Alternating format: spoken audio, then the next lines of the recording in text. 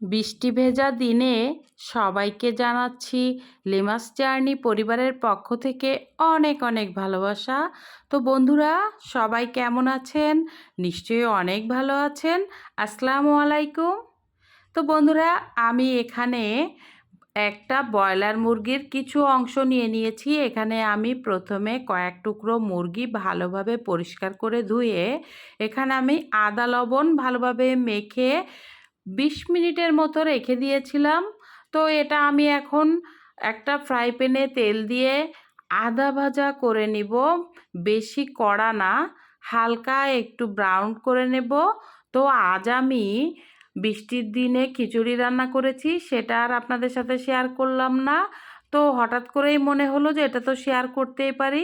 হঠাৎ করেই সবাই বলছে ঘরে যে একটু মুরগি, টমেটো, দই দিয়ে একটু কষা করো।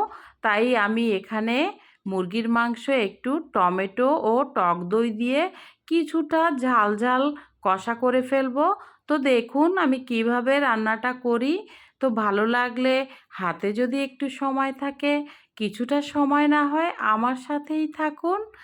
আর হ্যাঁ বন্ধুরা, যদি আপনাদের হাতে একটু সময় থাকে, ভিডিওটি না টেনে শেষ পর্যন্ত দেখতে থাকুন।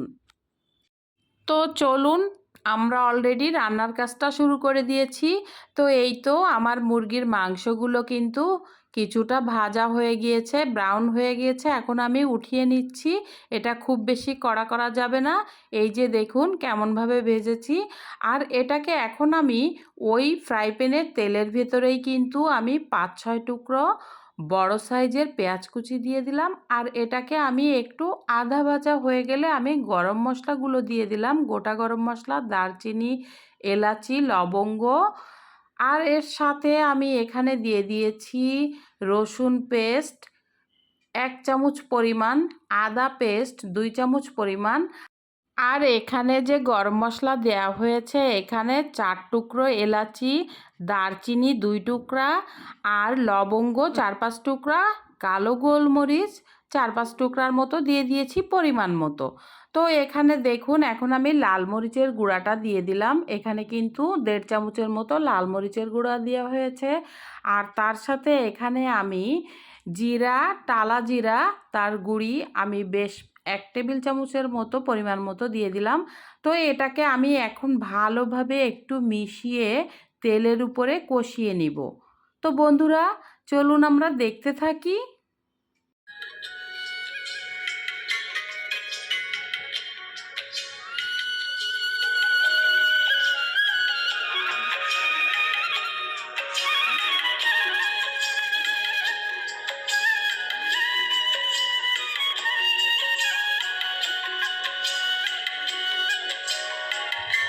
এখন আমি টক দইটা দিয়ে দিব।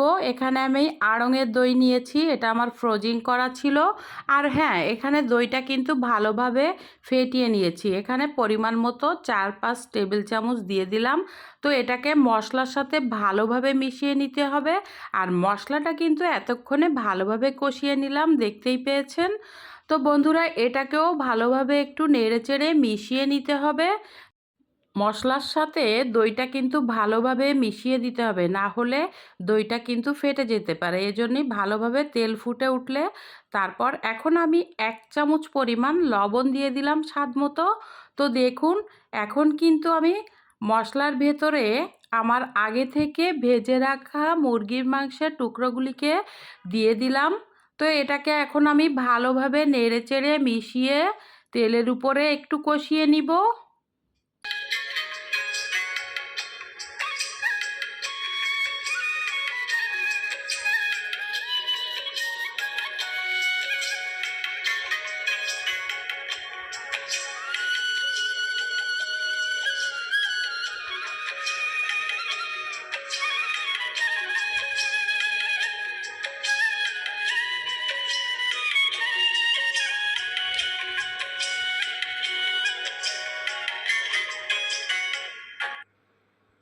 এটাকে কিন্তু আমি ঢাকনা দিয়ে ঢেকে কিছু সময় রান্না করে নিয়েছি।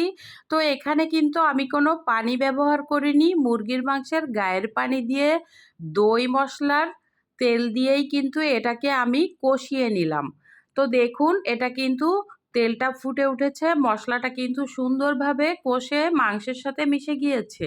তো এখন আমি রান্নার পানি দিয়ে দিব। তো দেখুন আমি এখানে হাফ মগ পরিমাণ পানি দিয়ে দিলাম। খুবই কম পানি দিয়ে এটা রান্না করতে হবে। এটা কিন্তু অনেক মজার একটা রেসিপি, অনেক মজাদার হয়। ব্রয়লার মুরগি সাধারণত সবাই খেতে চায় না, তো আমি এভাবে মাঝে মাঝে রান্না করি যাতে করে পরিবারের সবাই খেয়ে।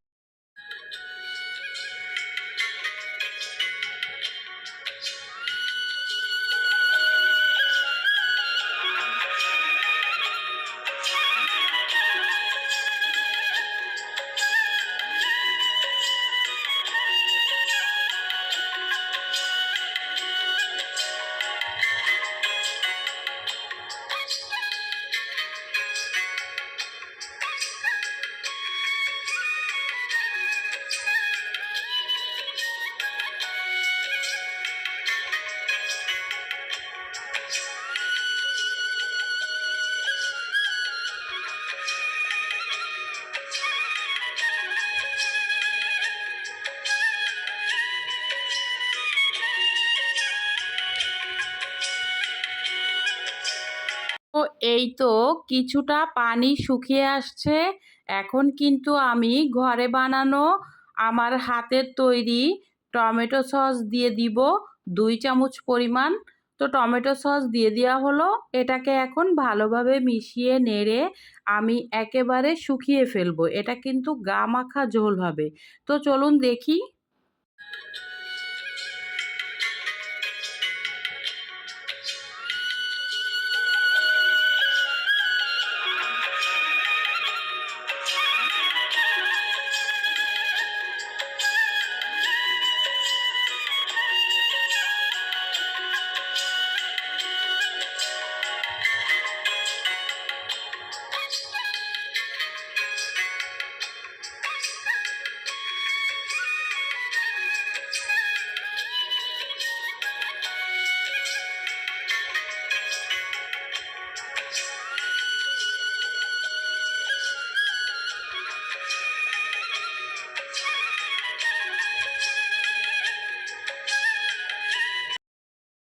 এ পর্যায়ে দেখুন রান্নাটা কিন্তু প্রায় হয়ে আসছে।